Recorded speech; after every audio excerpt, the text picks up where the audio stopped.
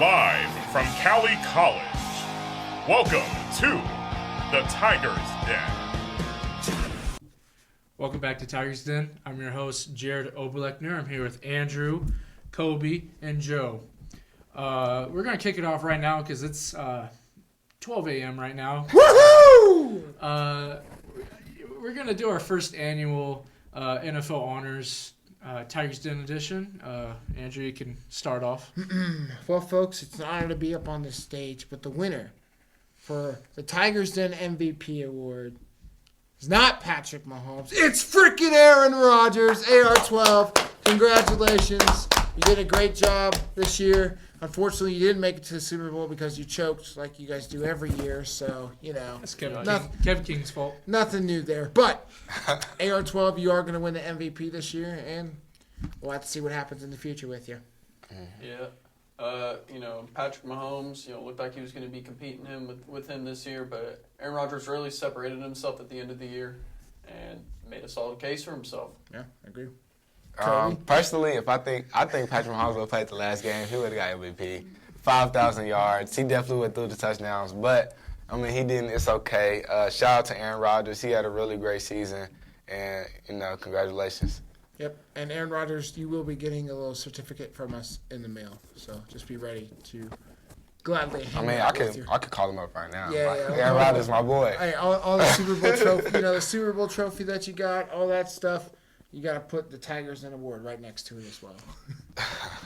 All right, next up, Joe will introduce the Rookie of the Year. All right, so as you guys can see, I'm announcing it. So the Tigers Den Rookie of the Year is Justin Jefferson. Wow. Great job, Justin. Great job. 1,400 yards, 87.5 yards per game, and 7 touchdowns. Came in, the Vikings traded Stephon Diggs this offseason.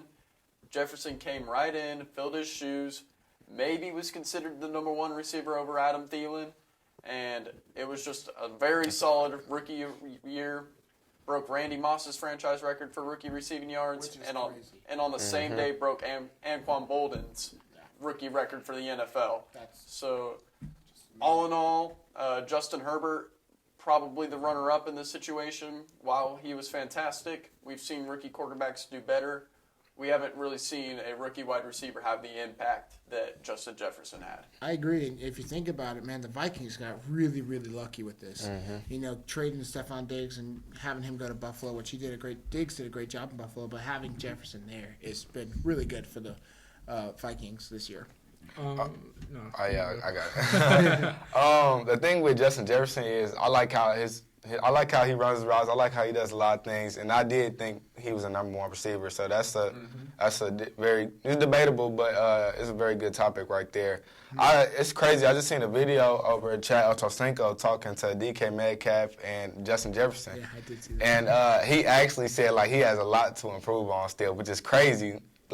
Yeah, definitely. It's crazy. He was just on those routes, I don't think you can get open on those. And the fact that he's saying that while he still breaking Randy Moss records and doing what he does is still crazy. So I think Justin Jefferson will have over 2,000 receiving yards in one season.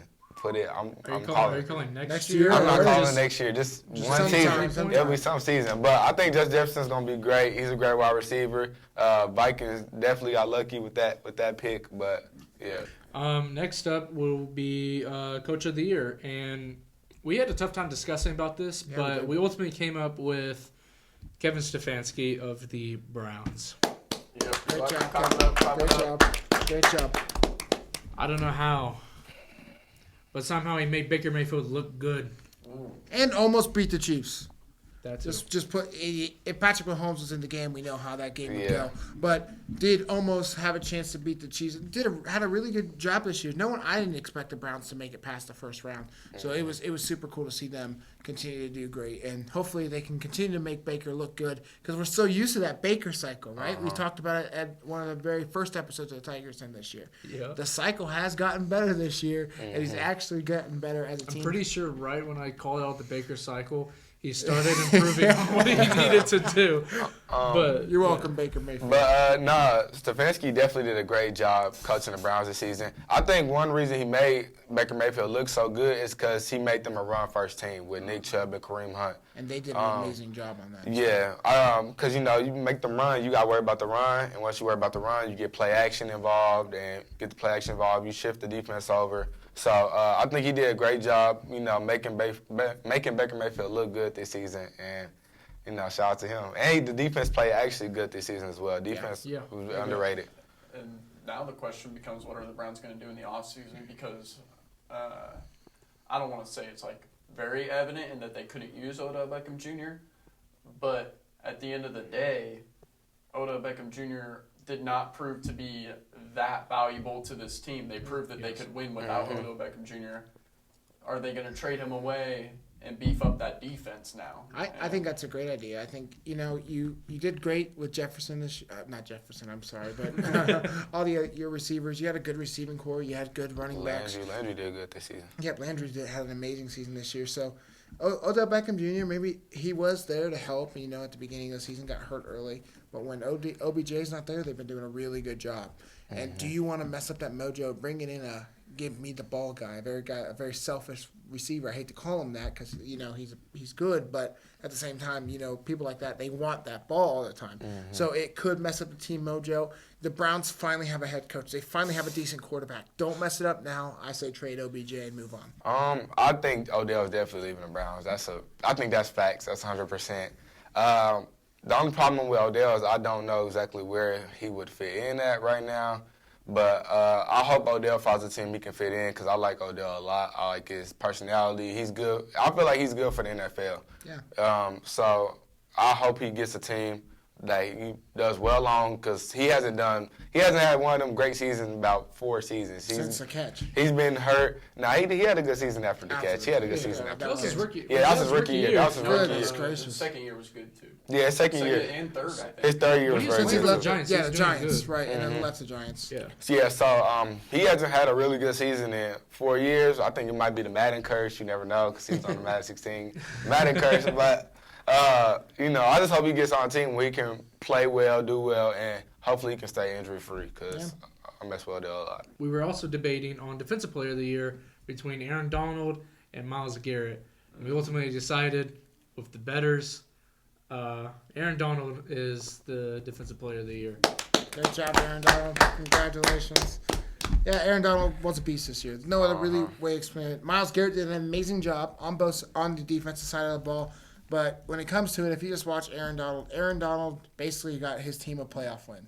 So that's huge on a cracked rib as well. Yeah. Staying in the game and making sure that he could advance to play the Packers the next week. So that's why I think Aaron Donald deserved that.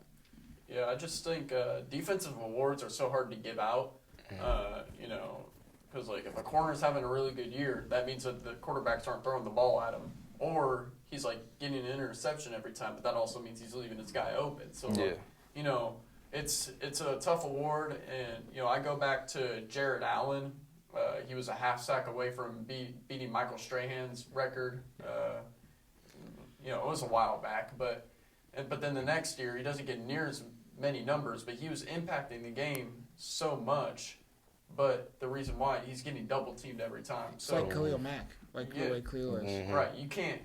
It's so hard to put a judgment on defensive players because a lot of the times if you're doing your job or if you are that big of an impact, you won't really have your name called. So, but Aaron Donald still made his name called this year, and I think that's why we voted for him. So.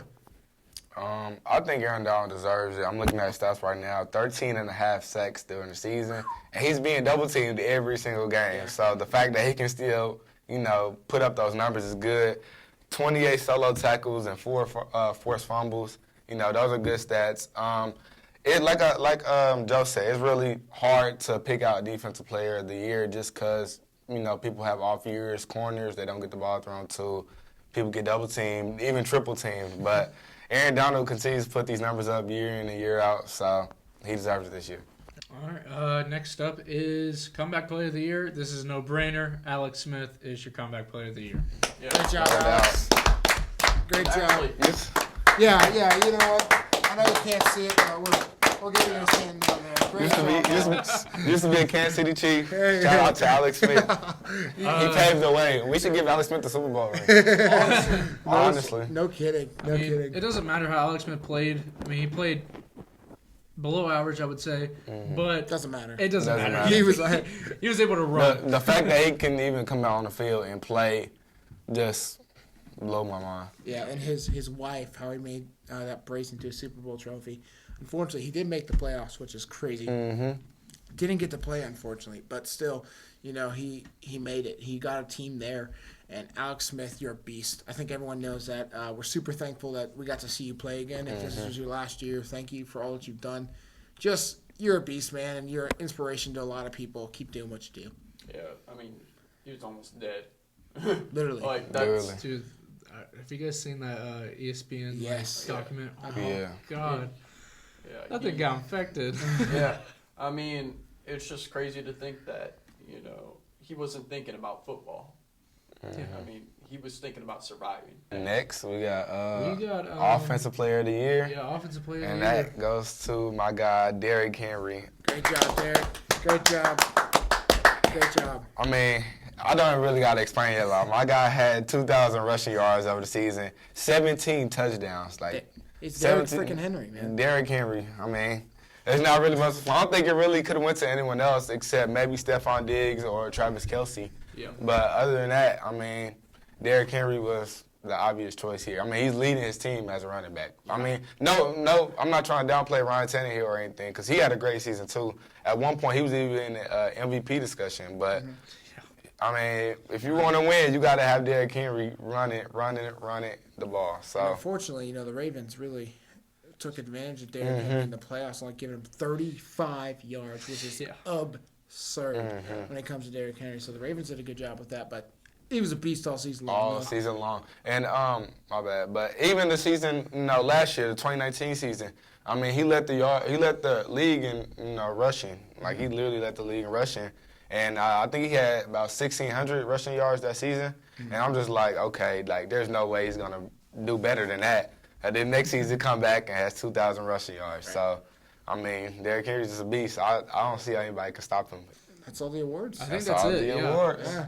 So we will be sending all of y'all special little certificates. You know you love them, and you'll hang them to your best little area, your trophy area.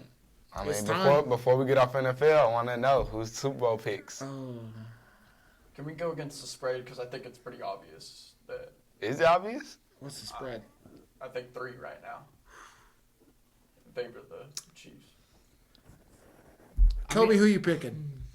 Honestly, I think Tom Brady is just too much. I think the Bucks. Nah. I'm sorry.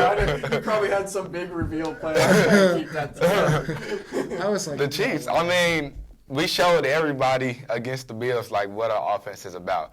You know, people have been talking down on us the past 9 weeks because, we've only won by a margin of 1 possession. And we never heard Stephon Diggs the whole AFC Championship game. But I don't think people understand with the Chiefs in all those games, like we're winning by 1 possession, we're building up those leads in the game. Like we're up by 3 possessions then it's fourth quarter, and our defense is in cushion defense. They're not playing on them, and it'll come down to the game where they're down by 2 possessions, they'll score a touchdown or a field goal, and then they try and get the ball back, and that's game. So people don't understand. For the people that don't watch the Chiefs games, that's somewhere else or just can't see them. Like, we have those great leads to where we get our own teams. It's just, they do their thing in the fourth quarter. But I think with the Bills, we finally showed people, like, we are not to be played with. Like, we have, people say 1-2 punch. We have a 1-2-3 punch. We got Patrick Mahomes. 4, 5, 6, can't deal with him. Take away, try to double team Tyreek Hill. Then you got Travis Kelce. Try to double team Travis Kelce. Got Tyreek Hill in the crossing route. Like, there's nothing really you can do about it. And we don't have like a top 5, not even a top 10 defense. But our defense plays good enough to where we get stops to win the game. And I think against the Bills, they did a perfect job because Stephon Diggs was really locked up for most of the game. Fourth quarter, he kind of did his thing, but most of the game, he was locked up. And even against Baker Mayfield, it was 18-3 going into the half. It was basically the whole game. So I think our defense has really, stepped up this season. Even last season, they've gotten better. And with the addition of Tyrann Mathieu, he really helped step our defense up a lot. So I got the Chiefs winning it. Final prediction score, I'm going to go 35-24. Chiefs. Kobe? That's a good pick. It's going to be interesting to see. Are we going to see the Chiefs team that, struggles like the Falcons game? Mm-hmm. That was ugly. That was a big struggle. Falcons legitimately had a shot to win that game. Mm-hmm. Dropped interception in the end zone. Or are we going to see the Chiefs that came out against the Bills and said, hey, we're the Chiefs, And so, so which team are we going to see? And it's so hard to doubt Tom Brady. Yeah, definitely. I still got the Chiefs, and I got Tyrann Mathieu winning the MVP because all it takes is one play as a defensive player. That's true. And I predict he gets a pick six. I think he wins MVP. So, I go against it, even though I can see both ways happening. I can see Tom Brady leading the Bucs to Super Bowl. Like, obviously, they have the talent. They have a better defense, I would argue. Actually, not really argue. It's kind of obvious. But definitely. But it's just Mahomes and Andy Reid's play calling that might or will put the Chiefs over the Bucs. His play calling is just like, there's A tier, B tier. It's like his play calling sometimes is S tier. Like the plays he comes up with is just like mind blowing that he can even put that together. Andrew? Yeah. You know what this is? Goat. This is the sound of a goat. You know who the greatest of all time is in the NFL? Jerry Rice. No, Tom Brady, folks. Lawrence Taylor. Let me tell you, I want to see history, not in the fact of the Chiefs losing back to back. I just want to see somebody win a Super Bowl in their own home stadium. I think it'd be pretty cool to see. It's going to be a great game either way. Either way, I'm going to sit and enjoy this Super Bowl. But I think the GOAT Tom Brady is going to get one more in Tampa Bay, which is crazy to think about, right? How he comes in 1 year, changes the whole program in just 1 year. With every weapon in the book. Yeah, but it doesn't matter. He still did it. Bro, people talk about Patrick Mahomes and his weapons. Tom Brady literally has Mike Evans, Rob Gronkowski, Goodwin, Antonio Brown. A good Rob Gronkowski as well. Leonard Fournette. I'm just like, bro, and people want to talk about Chiefs weapons. Man, Mahomes got Tyreek Hill. They got Travis Kelce. Come on, bro. They blew out they destroyed the Packers, and they didn't even have the arguably best wide receiver skill wise, Antonio Brown. Yeah. So that's why I'm picking that's why I think I'm going with the Bucs. Yeah, I think the Bucs, and like I said, it's gonna be a great game. I cannot wait to watch this game. I love Super Bowls, but it's just something about the Super Bowl. It's really cool to see Tom Brady on the NFC side as well, versus the Chiefs. You usually saw him against the Patriots. It's going to be fun, and Bill Belichick is on his couch watching the whole thing, which is great to see. And, you have those great Super Bowls like, Patriots versus Seahawks. That's a great Super Bowl. You got San Francisco versus the Ravens with the San Francisco coming back and almost winning it. Halftime power outage. You got those great Super Bowls, Philadelphia versus Patriots. And I think this Super Bowl will be one of the best Super Bowls we'll see just because I think the offenses is great. Defense will try to do what they do, but I think it'll really come down to who gets the stops and who keeps putting points on the board. Turnovers. I just pray it's not like the Broncos versus Seahawks. 2013 was a That was so disappointing. I pray it's not like, was it 2019, Patriots versus Rams? Oh, my goodness. I kind of like that. That favors the Bucs. that Super Bowl, I remember I fell asleep during the fourth quarter of that Super Bowl. Because it was, like Joe said, it was a very big defensive Super Bowl, but the fact that it was just 3-3, like the whole, or 6-3 the whole entire game, just punt after punt. That was one of the worst Super Bowls. I was like, oh my goodness, this is terrible. And we all know the Weeknd's gonna kill the halftime show. I'm pretty excited to see the Weeknd. Normal faced, hopefully. Normal faced. You don't want to see that crazy thing. Hopefully, the lights are not too blinding for either team, and it's not a blowout. So that's funny. But Chiefs, let's bring it home. Let's do it. Patrick Mahomes get that MVP 2 times so people can quit doubting you. I don't know why people are still doubting you. I'm not but doubting him. I'm not doubting. I'm not talking about you personally, but there's a lot of people in this world that still thinks Patrick Mahomes has to prove himself, which is crazy to me. But I hear it on a daily basis. So let's go get that second ring, that second Super Bowl MVP, and let's take care of business. Bring the championship back home to Kansas City again. All right. Well, I think that's going to wrap it up for episode 6 of Tigers Den. 118.